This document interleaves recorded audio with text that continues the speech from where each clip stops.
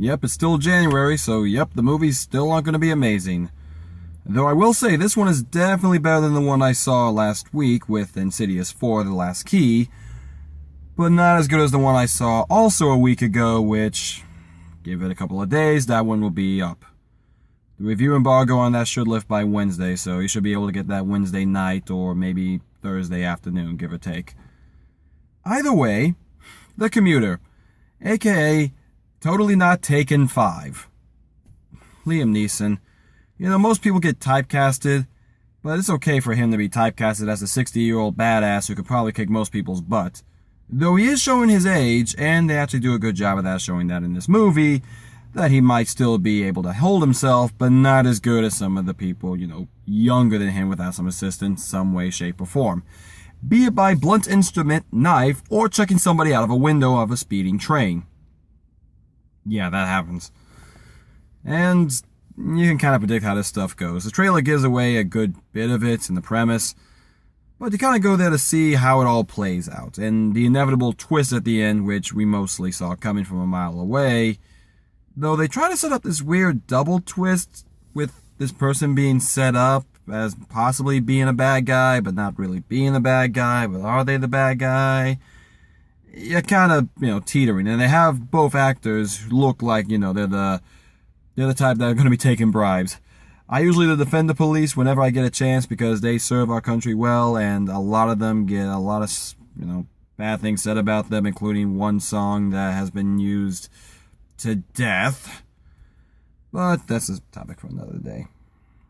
As for this movie itself, it's alright. I wouldn't say this is, great. Not something you have to go rush to the theaters and see, but it's not exactly a bad movie. Whereas Insidious was one of those things where, okay, you need a horror movie, here's your horror movie, so it serves its purpose, you move on, and that's it.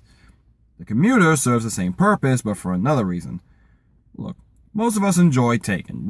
If you saw it, great. If you haven't seen it, go see it. It's actually a really good movie.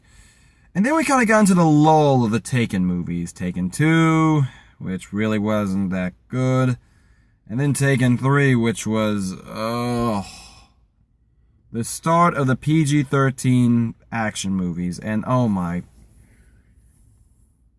Normally I would gripe to hell and back about turning rated R movies into rated PG-13 just for the sake of getting more people in the theater.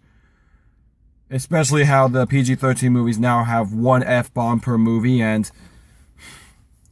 you're gonna use it on Goldman Sachs? Really? A fourth wall breaking joke? Yeah. Literally, for no reason in this movie, Liam Neeson flips off the camera and says, F you, Golden Sachs. Look, scumbags though they might have been, I don't exactly need a reminder of that in my 2018 action movie. Kind of suspense. Can't really put a genre on this. The Taken genre, I guess is what you could call this.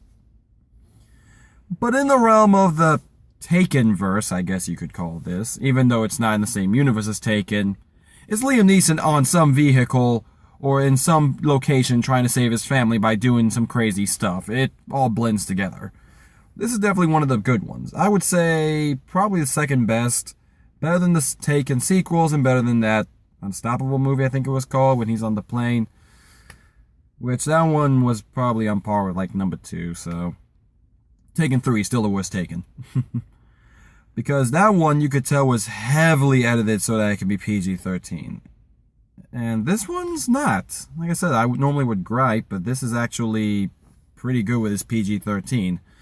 Despite using that one F-bomb they're given, I mean, we all know it's coming, so there it is. You might as well get a gag joke out of it. The rest of the movie still feels like a solid PG-13 movie. It's not a watered-down rated R, but a solid version of it. And yeah, you do have to kind of bite your tongue and just go, because, yeah, a lot of people are killed off screen, but the way they do it actually kind of makes sense. One guy gets killed and he's stuffed away, so it's a shock reveal. An explosion happens, someone gets killed off screen, you see their charred body, so it makes sense. Someone gets pushed in front of a car, you want to see the reaction of the person watching it. Yeah, you can kind of call it cheap, but they don't exactly shy away from it, so it's not exactly bad. It does actually earn the PG-13 rating. And yeah, some of the people who die, you kind of feel bad they died. It's one thing I'll give this movie credit to some regard, is the fact that most of the side characters from Taken in those movies, felt tacked on, extra. Not exactly needed for this premise. These ones, yeah, I can feel, yeah, they're here to serve their purpose. We need someone to be the wisecracker. We need someone to look like they're the intimidating type, the suspicious type, the young punk, the muscle tattoo guy. I'm mean. That guy, just from looks of appearance. And yeah, I judged him too. I feel bad. I should have realized at this point it's not that obvious, but meh. So, I mean, they do a good job, and in the end, they pull a Spartacus. That's not really much of a spoiler because you recognize it the moment somebody says it. Oh, but it was kind of one of those cheesy moments. I'm like, okay, you're embracing the cheese. I'm okay with embracing the cheese. And yeah, they actually try to help. It's kind of something I really don't see much in movies these days, and I kind of enjoy it.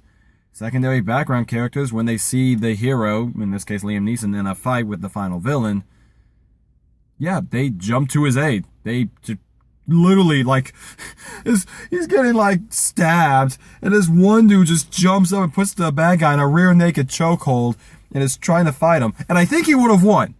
I think he was going to win until old boy took a knife and started stabbing him and slashing him and then snapped his arm like a twig. It's kind of messed up. And then more people try to get into the fight, and he's got a gun, and you see these two guys run up to try to go get the gun, and then Liam Neeson's like, no. Which makes sense. If you've never held a gun and know how to work a gun, you're more likely going to hurt yourself than you are going to help the person you're trying to help. But, yeah, it was kind of cheesy, but I enjoyed it. And I'm not going to remember this movie in about a week, guys. It's not going to be my top 10 best. It's not going to be my top 10 worst. Unless this year is a really bad sign of things to come. I just had a horrible realization. This actually might be if this makes it on my list, this is not a good sign of 2018, guys. But, yeah, I guess in hindsight, all I can really say for the end of this movie, or review, I should say, it's enjoyable. Definitely a Redbox, definitely a Netflix, definitely when it comes on TV, because I'm not going to have to censor much except the proverbial F you Golden Sacks, or Kiss My Butt Golden Sacks. Well, they'll do something for that joke. But, yeah, that's basically what it is, guys. It serves its purpose. If you enjoy it and you want to go see it, go ahead. You're not going to miss much not seeing it in theaters. You will see this on FX or some cable show, I can guarantee you that. But, yeah, Taken's universe continues on. Liam Neeson is still a badass. And I guarantee we're going to have another one where his family's taken and he's forced to, fight some bad guys. We've